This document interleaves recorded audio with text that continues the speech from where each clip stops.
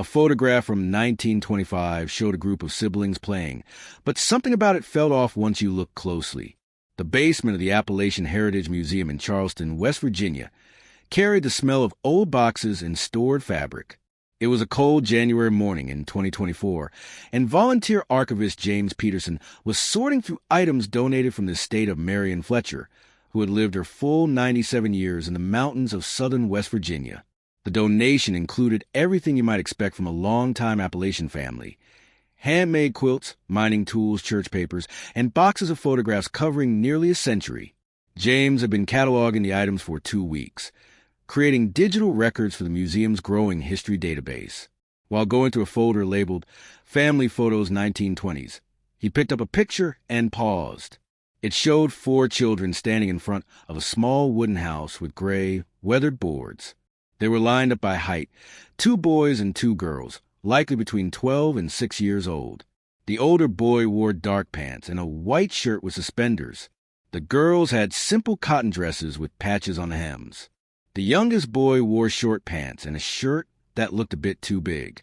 What caught James' attention wasn't their expressions or the setting. It was their feet. 3 of the children wore worn but sturdy shoes. The youngest boy stood barefoot on the ground, his pale feet noticeable against the dark dirt. James held the photo near a window to catch more light. The picture clearly wasn't taken in warm weather. The long sleeves, the bare trees behind them, and the date written on the back in faded pencil confirmed it. It read, November 1925, the Fletcher children. Why would only one child have no shoes in November? It didn't look like a choice. The boy stood stiffly, like he was trying not to show he was cold. His toes curled slightly on the ground. James felt a familiar pull in his chest. After 15 years working with archives, he had learned to notice photos that carried more than they showed at first glance. He put the picture aside and kept sorting through the box, but his thoughts kept returning to that image. Later that evening, he stayed after hours to scan it and study it on his computer. The more he zoomed in, the more questions he had. The children's clothes were patched but neat and clearly prepared for a special moment. Their older brother's hair was carefully combed. The girls' braids were tightly done. Families in the mountains didn't take photos casually in 1925. Film was expensive. Pictures were saved for important occasions. So why let the youngest show up barefoot? James looked closely at the boy's face. While the older children stared seriously at the camera, as was common at the time, the youngest had a faint smile. Not a big grin, but a light expression that showed confidence. His chin was up. His shoulders were straight. He didn't look embarrassed or uncomfortable. There was a sense of pride in his stance that James couldn't quite explain. He turned to the estate inventory to learn more about the Fletcher family. Marion Fletcher, whose belongings he was sorting, had been born in 1926, a year after the photo was taken. The records listed her older siblings: Robert, born 1913, Dorothy, born 1916, Helen, born 1918, and William, born 1919. For children, matching the ones in the picture. That meant in November 1925, Robert would have been 12, Dorothy 9, Helen 7, and William 6. The barefoot child was William, the youngest. James opened the museum's genealogy files to look farther back. Their father, Thomas Fletcher, had been a coal miner in McDowell County, one of the poorest areas in West Virginia even before the Great Depression. Their mother, Elizabeth, had passed away in 1924, just 1 year before photograph. The picture now showed 4 children, recently without their mother, raised on a miner's wages in a region facing serious hardship. James still wanted more context. The next morning, he went to the West Virginia State Archives and spent hours reviewing records about McDowell County in the 1920s. The information he found described how difficult life was for mining families at the time. Miners earned between $3 and $5 a day when work was available, but work often depended on demand and mine conditions. They were paid by the ton, not by the hour, so any injury or illness meant no income. Many miners lived in company-owned houses and shopped at company stores, which kept families in continual debt. He also found that McDowell County had one of the highest death rates in the country during that period. Illnesses common in mining towns including black lung, frequent accidents, influenza, tuberculosis, and childhood sicknesses, took a heavy toll on families. The records confirmed that Elizabeth Fletcher passed away from pneumonia in March 1924, leaving Thomas to care for 4 children ages 11, 8, 6, and 5. Clothes and shoes for children were costly at the time. In 1925, newspapers from Charleston advertised children's leather shoes for $2 to $3, almost a full day's pay for a minor. With 4 growing children, buying enough shoes was almost impossible. Many families in rural Appalachia had to make hard choices. Kids often went without shoes except during the coldest months. Handed-down shoes were repaired over and over until they could not hold together anymore. Some families saved the best shoes for children who attended school most often, or for those who had health concerns. But this made the photo even more confusing for James. If the family could not afford 4 pairs, why did 3 children have shoes while the youngest went without? If they were short on money, it would have been more expected for all the children to be barefoot, or to take turns wearing the shoes for a photo. Something about the way the children were arranged felt intentional. James copied the historical documents he found and returned to the museum with even more determination to understand the story behind the bare feet. While continuing to sort through Marion Fletcher's personal items, he opened a box labeled Personal Papers. Inside was a manila envelope filled with letters dated from the 1940s through the 1980s. Most were simple exchanges between Marion and her siblings after they had moved to different cities for work. But one letter caught his eye. It was dated December 1975 and written by William Fletcher, the youngest child in the photo, the boy who had been barefoot. His handwriting was unsteady. William would have been in his 50s by then, and the letter mentioned he had recently been in the hospital and was dealing with health issues. James read the letter closely. Dear Marion, thank you for the picture you sent from 1925.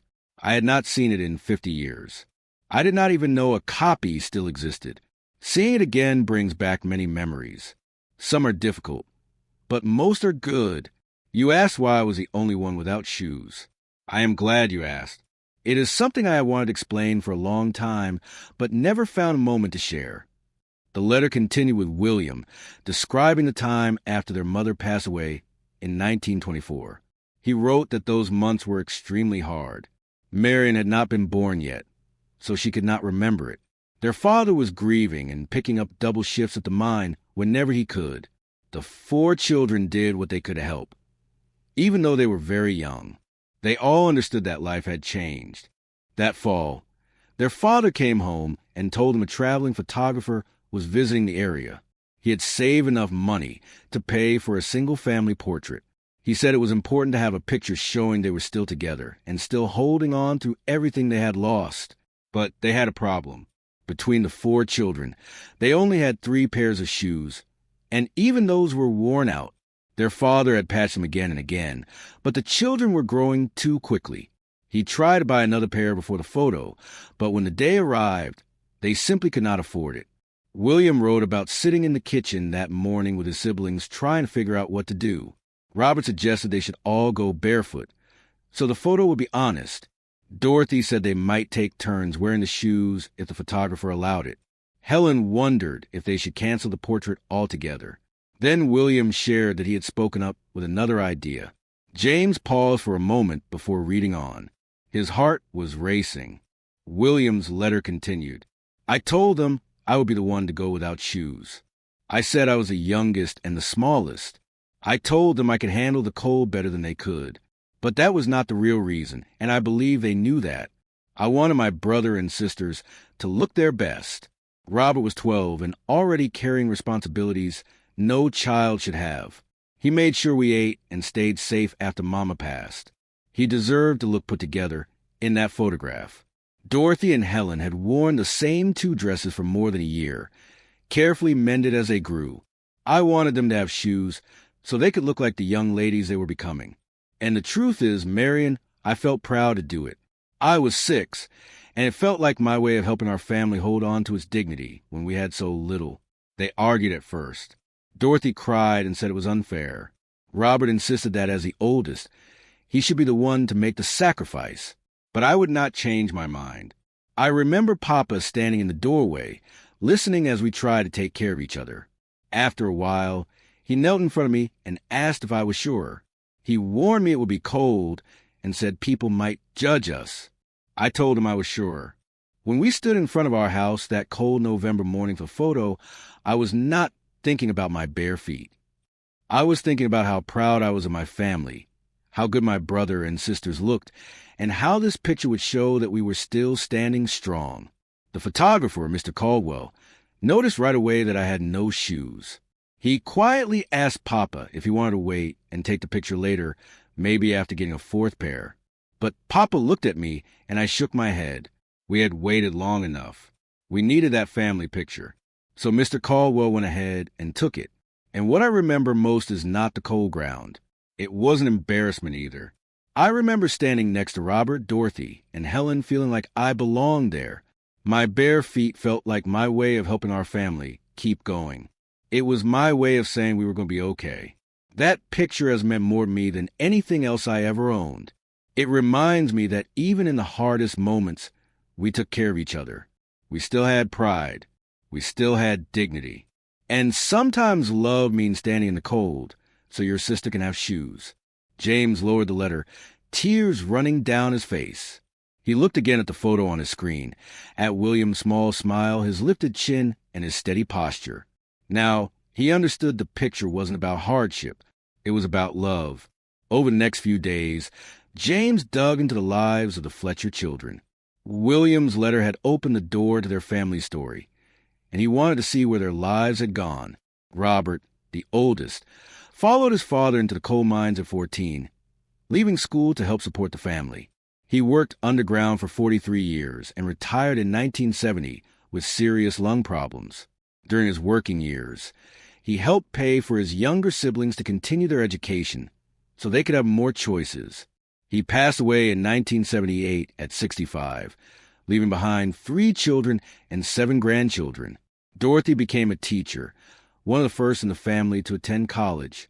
She graduated from Concord College in 1937 with a degree in elementary education and taught in one-room schoolhouses around McDowell County for 35 years. Her obituary from 1989 said she taught more than 1,000 children, many from families with very little. Helen married at 19 and moved to Ohio, where her husband found factory work during World War II. She raised 5 children and worked as a seamstress, sending money back home whenever she could. She passed away in 1995 at 77. William, the youngest in the photograph, served in World War II and was injured at the Battle of the Bulge. He returned home in 1946, later worked as a carpenter and then as a maintenance supervisor at a school. He married, raised 2 daughters, and lived a quiet life until he passed in 1982 at 63. Marion, the youngest sibling who was born after the photograph, became the family's record keeper. She saved their letters, photos, and documents for decades, creating the archive that James was now sorting. What stood out most to James was how close the siblings remained throughout their lives. They wrote to each other often, visited when they could, and supported one another during tough times. The bond formed in their childhood never faded. In Marion's papers, James found notes about yearly family reunions held from the 1950s until the last sibling passed. Dozens of photos showed gatherings in parks, backyards, and church halls, with the family growing larger as each generation came along. In one photo from 1970, James recognized the same 4 siblings from the 1925 picture, now older. They stood in the same order: Robert, Dorothy, Helen, and William, arms around each other. And if you looked closely, William was wearing polished leather shoes that looked quite expensive. James smiled through his tears. As he prepared to write an article for the museum's quarterly publication, James started noticing similar patterns in other Appalachian photos from the 1920s and 1930s. In an image from Easton, Kentucky in 1927, 5 children posed together, 4 in shoes and 1 barefoot. In a Tennessee photo from 1930, 6 children stood together, 3 wearing shoes and 3 not. Sometimes the youngest went without, sometimes the oldest, but the pattern appeared again and again in photos from the poorest areas. Curious, James contacted colleagues at other museums. Dr. Sarah Blackburn, director of the Museum of Rural Appalachian Life in North Carolina, answered right away. She said she had been tracking the same pattern for years. Families often had to make hard decisions about limited resources, she explained, but they still approached it with care and respect. She had spoken with descendants who shared stories much like William's. Children offering to go without shoes so their siblings could look presentable, siblings discussing who needed what the most. Sarah sent James copies of interviews she had recorded in the 1990s with people who grew up during the Depression. Many people remembered feeling embarrassed when they had no shoes, but others described it differently. They said it felt like a way to help their families get through hard times. One interview stayed with James more than the others. It was with a woman named Ruth Hensley, born in 1918, who was interviewed when she was 78. She said her family took a photo in 1929, right before the stock market crash made life even harder. Her younger brother Johnny insisted on going barefoot, so she and her sister could wear the only 2 pairs of shoes they owned. He was 7, standing in the cold dirt, looking proud, like he was doing something important. Ruth said their mother cried after the photographer left, but Johnny told her not to worry. "Mama," he said, "when people look at this picture someday, they'll see we were a family that took care of each other. That matters more than shoes." That was when James realized he wasn't looking at isolated stories. This was a common pattern, a way families supported each other during some of the hardest years in American history. The barefoot children were not helpless. They were helping their families keep their dignity at a time when money was almost non-existent. James published his article about the Fletcher photo in the museum's spring 2024 newsletter. He titled it "The Barefoot Boy: Sacrifice and Dignity in Depression-Era Appalachia," and included the original photo along with parts of William's letter. 3 weeks later, James received an email from a woman named Jennifer Hayes in Richmond, Virginia. The subject line read, "William Fletcher was my grandfather." His hands shook as he opened it. She wrote, "Dear Mr. Peterson, I just read your article about my grandfather, William Fletcher. I am Jennifer Hayes, formerly Jennifer Fletcher, the younger daughter of William and Martha Fletcher. My grandfather died when I was 7, so I never heard most of his stories myself. My father has shared bits and pieces over the years, but your article connected everything. It made me cry. I have something you may want to see. When my grandfather passed in 1982, my father inherited his personal items. One of them was a small wooden box Grandpa kept on his dresser. Inside was the original 1925 photograph he wrote about, along with a pair of small leather children's shoes. I always thought they were just an old family keepsake.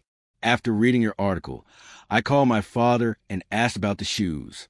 He told me a story I had never heard. In 1970, when Grandpa William's health was already failing, he took my father to a shoemaker in Charleston. He asked a man to make a pair of children's shoes exactly like the ones his brother and sisters wore in the 1925 photo. They were the shoes he had gone without so they could look their best. The shoemaker thought the request was unusual, but Grandpa William wanted every detail right. When the shoes were finished, he placed them in the wooden box with the photograph. My father asked why he did it. Grandpa William said, "I want to remember that going without those shoes was the proudest choice I ever made. I want to remember that love sometimes means giving something up, and that dignity isn't about what you own. It's about what you're willing to share. Would you like to see the shoes? I believe they belong in your museum beside the photograph and my grandfather's story." James replied right away. 2 weeks later, Jennifer arrived with the wooden box. When she opened it, James found a perfectly made pair of 1925-style children's shoes, never worn, saved for more than 5 decades. There was also a small envelope inside. It held a note written by William in 1970. "To whoever finds these shoes represent the ones I did not wear in November 1925. I was 6 years old and barefoot, thinking I was simply helping my family look good for a picture. But that choice taught me something I carried with me for the rest of my life. That the greatest gift you can give is letting someone else have what you need. Real wealth isn't measured in things, but in the willingness to do without so others can have more. I have tried to live by that." These shoes are a reminder. May they remind you to William Fletcher. 6 months after discovering the photograph, James created a special exhibition at the Appalachian Heritage Museum called What's Missing? Stories of Sacrifice in Depression-Era Appalachia. The centerpiece was a Fletcher family photo, shown along with William's letter, the replica shoes, and the wooden box that held them. James expanded the exhibition to include many similar photographs from around the region. Each picture showed families making difficult decisions with limited resources. He contacted descendants, gathered their oral histories, and recorded the stories behind the images. One section featured clothing, showing children in outfits that didn't match, dresses patched again and again, and hand-me-downs that were too big. Another section showed food, with photographs of family gardens and simple meals from the era. A third focused on education, with images of one-room schoolhouses and children who left school early to help their families. But the heart of the exhibition centered on the choices families made and how they held on to their dignity. James interviewed more than 40 descendants whose family photos appeared in the collection. Their stories revealed one shared theme. Even in the middle of severe hardship, Appalachian families created strong networks of support and shared responsibility that helped them get through difficult times. The exhibition opened in October 2024, and the reaction was immediate. News stations across West Virginia and nearby states covered the story. Hundreds of people reached out to the museum with their own photos and memories, growing the collection far beyond what James had expected. Many came specifically to see the Fletcher photograph and William's shoes. James often watched visitors, standing quietly in front of the display, reading the story and wiping away tears. The exhibition struck a deep chord, reminding people that the values William had shown were still meaningful today. One afternoon, James noticed an older man standing alone, staring closely at the Fletcher picture. James walked over and asked softly if he needed help. The man turned with tears in his eyes. He said the scene reminded him of his own family. They took a photo in 1928 in Logan County, and his little sister Betty went without shoes so the rest could wear them. He hadn't thought about it for many years, but seeing the Fletcher display brought it all back. James asked if he would share her story, and the man agreed. For the next hour, James listened as another family's memory became part of the growing collection of stories. A year after finding the Fletcher photo, James stood in the museum's expanded exhibition space, now filling an entire floor. The collection had grown to more than 300 photographs from Depression-era Appalachia, each matched with the stories of the families who lived through those years. The Fletcher photograph stayed at the center, but now it was surrounded by others that showed similar acts of care. There was a boy who went without a winter coat, so his sisters could stay warm. A girl who shared one pair of glasses with 3 siblings. A family of 7 children who took turns wearing a single pair of boots during the winter months. The exhibition had grown into more than a record of hardship. James worked with educators to create programs that connected these stories to modern issues like poverty, unequal opportunities, and community strength. School groups visited often, and students were encouraged to think about what these older photographs might say about their own lives. One display set modern photos next to the historical ones. Families from today's Appalachian communities share their own stories of facing difficult choices and finding ways to stay strong. The challenges had changed since 1925, but many families still work hard to support each other with the same sense of dignity. Jennifer Hayes, William Fletcher's granddaughter, became a frequent volunteer at the museum. She shared her grandfather's story with visitors and helped collect more oral histories. While doing so, she met dozens of cousins she hadn't known about, descendants of the Fletcher siblings who were eager to help preserve their family's past. Together, they built a family archive that went well beyond the original 1925 picture. They gathered letters, documents, and photos covering almost 100 years, showing how the values in the photograph had been carried forward through each generation. On a clear November afternoon in 2025, exactly 100 years after the Fletcher photograph was taken, the museum hosted a special gathering. More than 50 Fletcher descendants joined other families featured in the exhibition. They stood together for a group photo on the museum steps, a century removed from the struggles of their ancestors, but still connected to the same values of care and resilience. James stepped back and watched as the photographer arranged everyone.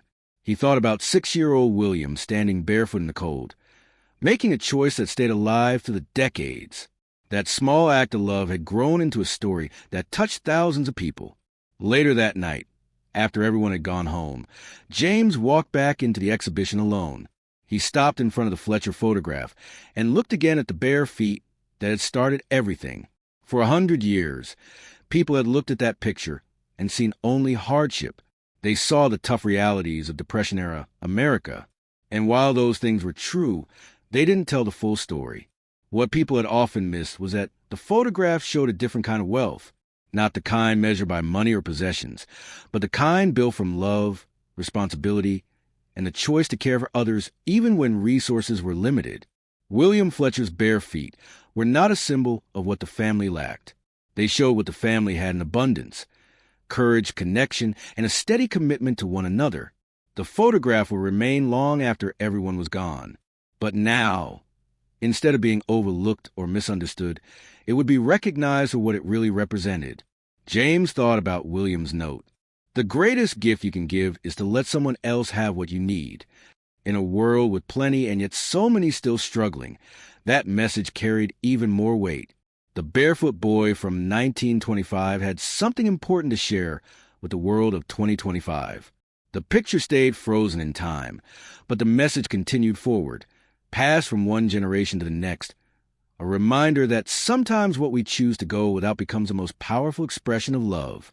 As the exhibition continued to grow and more families came forward with their own stories, James realized something important. The Fletcher photograph was never meant to stand alone. It was the beginning of a wider understanding of how people held on to one another when life gave them very little to work with. Every new letter, each worn photograph, and every memory shared by a visitor added another piece to a larger picture. That picture showed a region shaped not only by struggle, but by steady acts of care that helped families survive the hardest winters, the deepest losses, and the tightest stretches of poverty. The simple choices people made, sharing shoes, splitting meals, taking on extra work, giving up something small so someone else could have a chance, became the foundation of something far bigger than the objects in the museum cases. They formed a shared history that still lived quietly in the background of modern life. The stories proved that survival wasn't only about having enough money or material comfort. It was also about the strength families found in each other, even when resources were thin. Standing in the quiet museum hall, James understood that the power of these stories didn't rely on grand moments or heroes. It rested on everyday decisions that showed love in ways no one outside the family might have noticed at the time. The past wasn't asking for sympathy. It was offering guidance. It showed how ordinary people, facing circumstances they never asked for, had chosen to stay generous, steady, and hopeful. The Fletcher children and all the families whose images lined the walls left more than photographs behind. They left reminders of the values that helped them hold their communities together: kindness, responsibility, and a belief that everyone deserves to be treated with care. These lessons reached across a century and still felt relevant in a world full of new challenges. As visitors stepped into the exhibition and paused at each display, James hoped they would carry something meaningful with them on the way out. Not just the history, but the understanding that small acts of giving and compassion can echo long after the moment has passed.